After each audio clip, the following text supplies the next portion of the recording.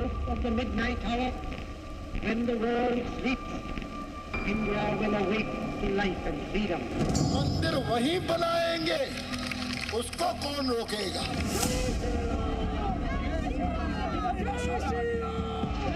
बीच में मत पड़ो, रास्ते में मत आओ।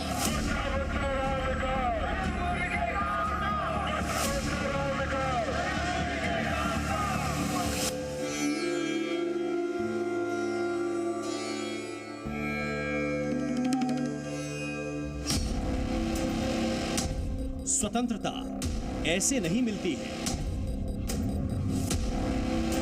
सपने,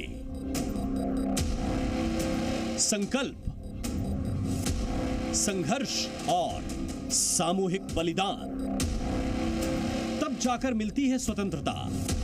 चाहे स्वतंत्रता भारत की हो या भारत के आदर्श मर्यादा पुरुषोत्तम श्री राम की। जीवन के कुछ सपने पूरा होने में बहुत समय लेते हैं, किंतु जब वो चरितार्थ होते हैं तो लगता है कि प्रतीक्षा सार्थक हुई। ऐसा ही एक सपना जो मेरे हृदय के समीप है, अब पूरा हो रहा है। कराची में किशन आडवाणी के घर जन्म लेने वाला लाल जब 20 वर्ष का हुआ, तब भारत को अंग्रेजी हुकूमत से आजादी मिली। ये जो रथ है, लोक रथ है, जनता का रथ है। लेकिन रामलला की स्वतंत्रता के लिए उसे 30 वर्षों तक कड़ा संघर्ष और 90 वर्षों का लंबा इंतजार करना पड़ा।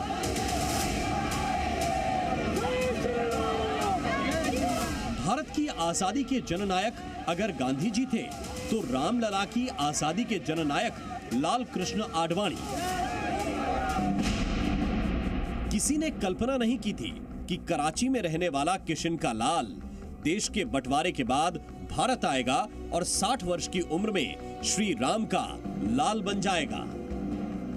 श्री राम जन्मभूमि पर श्री राम के भव्य मंदिर का निर्माण भारतीय जनता पार्टी का एक स्वप्न रहा है और मिशन भी। मैं विनम्रता का अनुभव करता हूं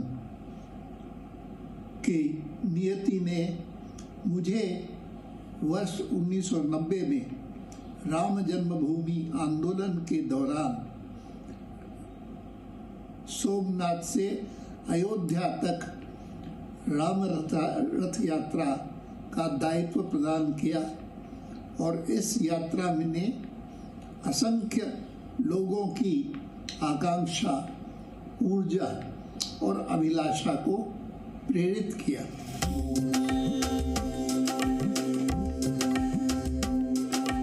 राम मंदिर का निर्माण आज जरूर पूरा हो रहा है, लेकिन राम मंदिर का इतिहास इस महारथी के बिना कभी पूरा नहीं हो सकता, जिसने एक रथ से भारत की राजनीति का रुख मोड़ दिया, जिसके संकल्प ने राम विरोधियों के 500 वर्षों के अभेद्य चक्रव्यूह को तोड़ दिया। संकल्प की पूर्ति के लिए बलिदान करना होगा तो बलिदान करेंगे, क्या करना होगा क्या करेंगे। जिसकी 10,000 किलोमीटर की रथ यात्रा ने करीब 32 लाख वर्ग किलोमीटर में फैले भारत को यह विश्वास दिलाया कि मर्यादा पुरुषोत्तम श्री राम को उनकी जन्मभूमि भी मिलेगी और उनका भव्य मंदिर भी बनेगा। जहाँ राम का जन्म हुआ था, मंदिर वहीं बनाएंगे। जहाँ राम का जन्म हुआ था, मंदिर वहीं बनाएंगे।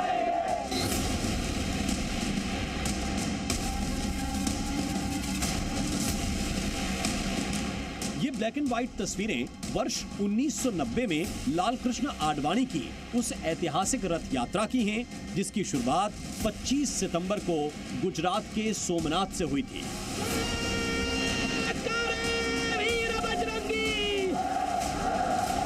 और 30 अक्टूबर 1990 को इस रथ को अयोध्या पहुंचना था। रथ पर आडवाणी के दूत बनकर सवार लोगों में प्रमोद महाजन और नरेंद्र मोदी जैसे नेता भी थे। स्वतंत्र भारत के इतिहास में सड़कों पर ऐसी भीड़ कभी नहीं दिखी थी जो राम मंदिर निर्माण के लिए निकाली गई इस रथ यात्रा में उमड़ रही थी। राम मंदिर के नारे जन जन की जुबान से निकलकर गांव, गली, कस्बे, मोहल्लों में गूंज रहे थे।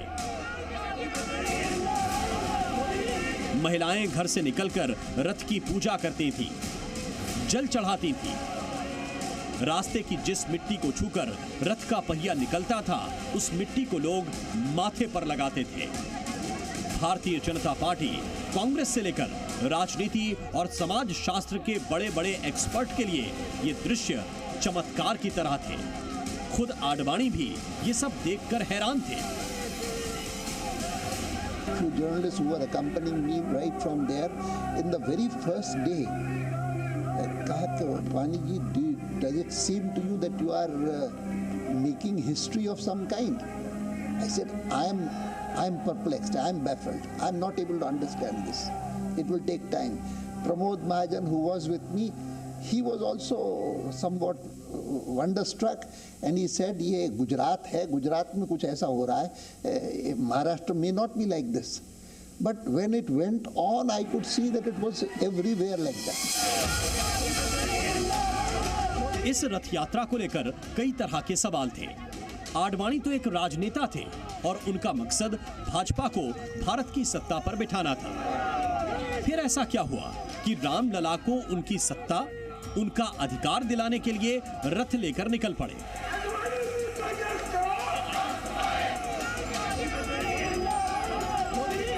और भी सवाल थे, जैसे रथ यात्रा का आइडिया किसका था?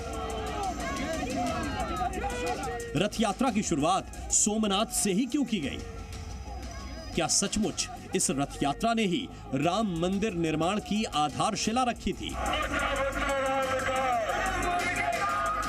इन सभी प्रश्नों के उत्तर आडवाणी ने अपनी किताब माई कंट्री माई लाइफ में दिए। लेकिन इसके लिए सबसे पहले आपको भारतीय इतिहास से जुड़े वर्ष 1989 के पन्ने पलटने होंगे। 1 फरवरी 1989 को प्रयाग में कुंभ मेले के अवसर पर जुटे 1 लाख साधु संतों ने घोषणा कर दी कि 10 नवंबर 1989 को राम मंदिर की आधारशिला रखी जाएगी। देश भर के लाखों गांवों से कार सेवक मंदिर निर्माण के लिए अयोध्या जाएंगे। संतों के इस संकल्प को लेकर हिंदुओं में तो उत्साह था, लेकिन किसी राजनीतिक दल का समर्थन उन्हें हासिल नहीं था। यहाँ तक कि उस समय के प्रधानमंत्री राजीव गांधी ने भी संतों से दूरी बना ली थी, जिन्होंने वर्ष 1986 में राम मंदिर का ताला खुलवाया था। लाल कृष्ण आडवाणी तब भारतीय जनता पार्टी के अध्यक्ष थे। उन्होंने भांप लिया कि अगर केंद्र में कमल खिलाना है तो सिर्फ विकास और भारत के नवनिर्माण के सपने दिखाने से काम नहीं बनने वाला। देश की आबादी में 82% की हिस्सेदारी रखने वाले हिंदू समाज की आस्था को जगाना भी होगा और उसका भरोसा जीतना भी होगा। 6 अप्रैल 1980 को भारतीय जनता पार्टी की स्थापना हुई और 1984 में जो लोकसभा के चुनाव हुए उसमें मात्र बीजेपी को 2 सीटें मिली। इसके बाद लाल कृष्ण आडवाणी भारतीय जनता पार्टी के अध्यक्ष बनते हैं और 1989 में जब लोकसभा के चुनाव होते हैं उसमें बीजेपी 85 लोकसभा सीटें जीत कर आती है। 1989 में चुनाव के नतीजे आए थे और उससे ठीक कुछ महीनों पहले जून 1989 में ही हिमाचल के पालमपुर के सम्मेलन में बीजेपी ने राम मंदिर को अपने एजेंडे में शामिल करने का प्रस्ताव पास किया था। पालमपुर की बैठक में आडवाणी ने खुद ये प्रस्ताव तैयार किया था, जिसमें लिखा था कि भारतीय जनता पार्टी राम जन्मभूमि आंदोलन का समर्थन करेगी।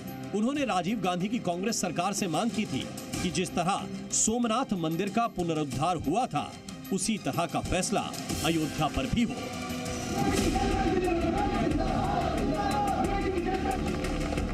आडवाणी के अयोध्या आंदोलन से जुड़ने का असर यह हुआ कि भारतीय राजनीति में अजेय कही जाने वाली कांग्रेस पार्टी को 1989 के चुनाव प्रचार की शुरुआत अयोध्या से करनी पड़ी और तत्कालीन प्रधानमंत्री राजीव गांधी ने जनता से राम राज्य लाने का वादा किया। अनुशासित करे राम बोलो, ओ कतरा कतरा राम बोले। दूसरी तरफ राजीव गांधी सरकार पर लगे बोफोर्स घोटाले के आरोप से देश भर में कांग्रेस विरोधी माहौल बनने लगा था। नतीजा, कांग्रेस 414 लोकसभा सीटों से घटकर 197 सीटों पर आ गई और बीजेपी 2 सांसदों से सीधे 85 सांसदों की पार्टी बन गई। 85 सीटों के साथ सरकार में जगह तो बनाई जा सकती थी, लेकिन सरकार नहीं चलाई जा सकती थी। इसीलिए लालकृष्ण आडवाणी ने 25 सितंबर 1990 को सोमनाथ से एक रथ यात्रा निकाली और इस रथ यात्रा का मकसद राम मंदिर का निर्माण था। आडवाणी की रथ यात्रा के पीछे की कहानी उतनी ही रोमांचक है जितनी रथ यात्रा। इस धरती का नमक खाया हूं तो उसकी अदायगी कर। 2 दिसंबर 1989 को राष्ट्रीय मोर्चा गठबंधन की सरकार बनी। वीपी सिंह प्रधानमंत्री बने। कि मैं विधि द्वारा स्थापित भारत के संविधान के प्रति। वीपी सिंह सरकार को भाजपा और वामपंथी दल बाहर से समर्थन दे रहे थे। वहीं लालू यादव और मुलायम सिंह यादव जैसे उभरते क्षेत्रीय नेता भी वीपी सिंह के साथ थे। यानी उस वक्त देश की राजनीति कांग्रेस बनाम ऑल थी, लेकिन कांग्रेस को इस बात का एहसास था कि आने वाले समय में उसके लिए सबसे बड़ी चुनौती भारतीय जनता पार्टी ही होगी, जिस पर राजीव गांधी ने भी सांप्रदायिक तनाव फैलाने के आरोप लगाए थे। The rising communalism does cause me fear for India, yet I have a tremendous faith in the people of India, and I know that they are fundamentally secular. Rajiv Gandhi के हाथ से सत्ता जा चुकी थी। अब वो विपक्ष में थे और कार सेवकों की उम्मीदें नई सरकार से बंधी थी। संतों ने तय किया कि फरवरी 1990 में कार सेवा की जाएगी। वीपी सिंह को यह बात पता चली तो उन्होंने संतों को दिल्ली बुलाया और उन्हें आश्वासन दिया कि 4 महीने में अयोध्या विवाद का समाधान हो जाएगा। संतों ने कार सेवा का अपना फैसला वापस ले लिया। संतों ने मई तक का इंतजार किया। जब सरकार की ओर से कोई सुगबुगाहट नहीं दिखी तो जून में बैठक बुलाकर फिर से कार सेवा शुरू करने की घोषणा की गई। तारीख रखी गई 30 अक्टूबर 1990। लालकृष्ण आडवाणी के मुताबिक बीजेपी के तत्कालीन महासचिव प्रमोद महाजन कुछ उन नेताओं में से एक थे जिन्होंने राम मंदिर के माहौल को, राम भक्तों की भावनाओं को वक्त के चलते भांप लिया था। और 1990 में एक शाम प्रमोद महाजन लालकृष्ण आडवाणी के घर पहुंच जाते हैं और उस दौरान प्रमोद महाजन लालकृष्ण आडवाणी से यह चर्चा करते हैं कि कैसे साधु संतों के बीच और आम जनमानस के बीच राम मंदिर को लेकर एक बड़ा आंदोलन खड़ा होता हुआ दिखाई दे रहा है। कार सेवा की चर्चा हो रही है। लालकृष्ण आडवाणी और प्रमोद महाजन राम मंदिर आंदोलन की रूपरेखा पर चर्चा करते हैं। आडवाणी के मन में सोमनाथ से अयोध्या तक की पदयात्रा का प्लान पहले से चल रहा था। वो चाहते थे कि सोमनाथ से पदयात्रा इस तरह निकाली जाए जो 30 अक्टूबर को अयोध्या में जाकर पूरी हो। इस बातचीत के दौरान उस कमरे में सिर्फ 3 लोग थे, खुद लालकृष्ण आडवाणी, उनकी पत्नी कमला आडवाणी और प्रमोद महाजन।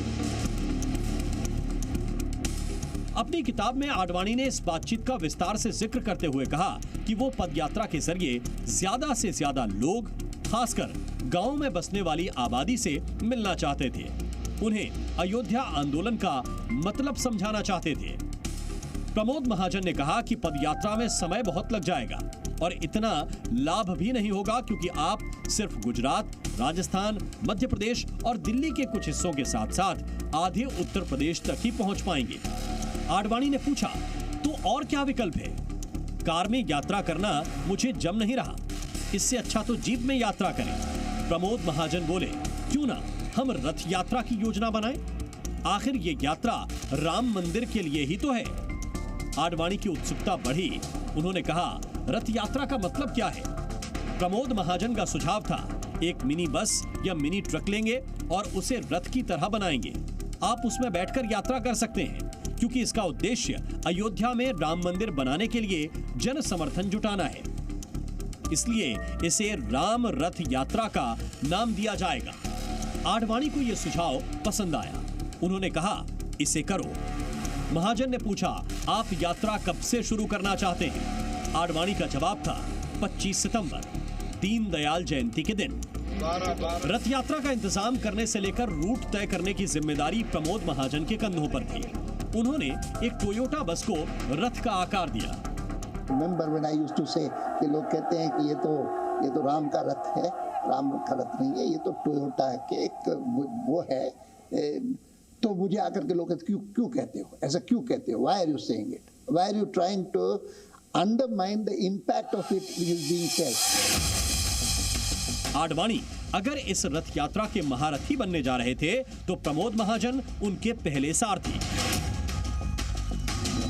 जिन्होंने रथ यात्रा के लिए 10,000 किलोमीटर का रूट तय किया। रूट के मुताबिक रथ यात्रा गुजरात से शुरू होकर महाराष्ट्र, आंध्र प्रदेश, मध्य प्रदेश और बिहार होते हुए उत्तर प्रदेश में अयोध्या जाकर खत्म होने वाली थी। मीडिया को रथ यात्रा के फैसले की जानकारी 12 सितंबर को दी गई। 25 सितंबर 1990 की सुबह लाल कृष्ण आडवाणी ने सोमनाथ मंदिर में ज्योतिर्लिंग की पूजा अर्चना की। मंदिर में उनके साथ परिवार के सदस्य थे। मौजूदा प्रधानमंत्री नरेंद्र मोदी, प्रमोद महाजन और गुजरात में बीजेपी के कई वरिष्ठ पदाधिकारी भी मौजूद थे। रथ यात्रा को हरी झंडी दिखाने के लिए बीजेपी के 2 उपाध्यक्ष राजमाता विजया राजे सिंधिया और सिकंदर बख्त भी सोमनाथ आए थे। सोमनाथ से आशीर्वाद लेकर आडवाणी रथ यात्रा पर निकल पड़े। सोमनाथ से यात्रा शुरू करने का मकसद देश तक ये संदेश देना था कि जब मुगल आक्रमणकारियों के बार-बार हमले के बाद भी सोमनाथ लहलहा सकता है तो अयोध्या क्यों नहीं। सोमनाथ मंदिर पर 11वीं सदी में अफगानिस्तान से आए गजनवी ने हमला किया था, उसे लूटा था, तहस नहस कर दिया था और फिर 18वीं सदी में औरंगजेब ने तोड़ा। इसी तरह 16वीं सदी के दौरान बाबर ने अयोध्या में राम मंदिर पर हमला कराया। बाबर के आदेश पर उसके सेनापति मीर बाकी ने राम मंदिर को तोड़कर वहां बाबरी मस्जिद बना दी। आजादी के बाद साधु संतों की मांग और केंद्र सरकार के सहयोग से वर्ष 1951 में सोमनाथ मंदिर का पुनर्निर्माण हुआ और तत्कालीन राष्ट्रपति डॉक्टर राजेंद्र प्रसाद के हाथों शिवलिंग की प्राण प्रतिष्ठा हुई। आडवाणी चाहते थे कि इसी तरह केंद्र सरकार अयोध्या में राम मंदिर निर्माण के लिए सहयोग करे।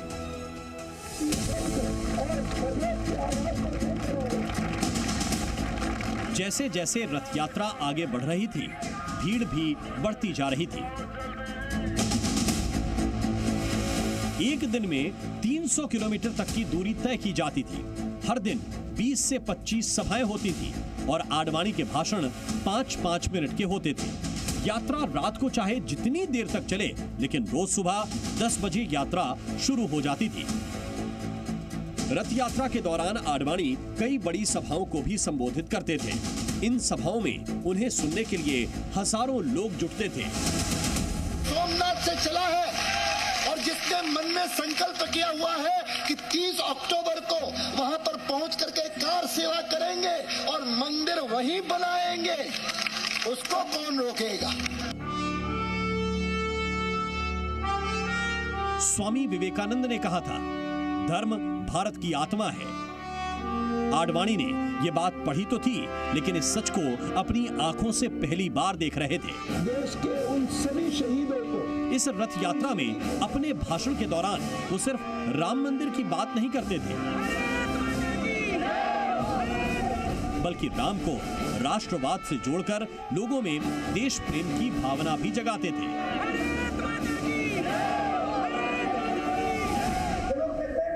हिंदू वोट बैंक बना रहे हैं, मैं हिंदू वोट बैंक नहीं बना रहा हूं, मैं पेट्रियोटिक वोट बैंक बना रहा हूं, मैं नेशनल।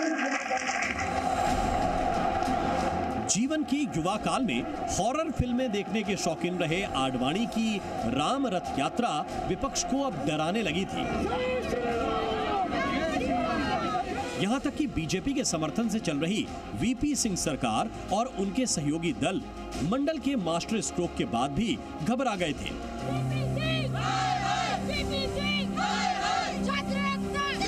मंडल यानी पिछड़े वर्ग के लिए 27% का आरक्षण देने वाला वो फैसला जो रथ यात्रा शुरू होने से ठीक 1 महीना 18 दिन पहले लिया गया था। तारीख थी 7 अगस्त 1990 और 8 दिन बाद विरोध प्रदर्शन के बीच तत्कालीन प्रधानमंत्री वीपी सिंह ने लाल किले की प्राचीर से भी इस फैसले की जानकारी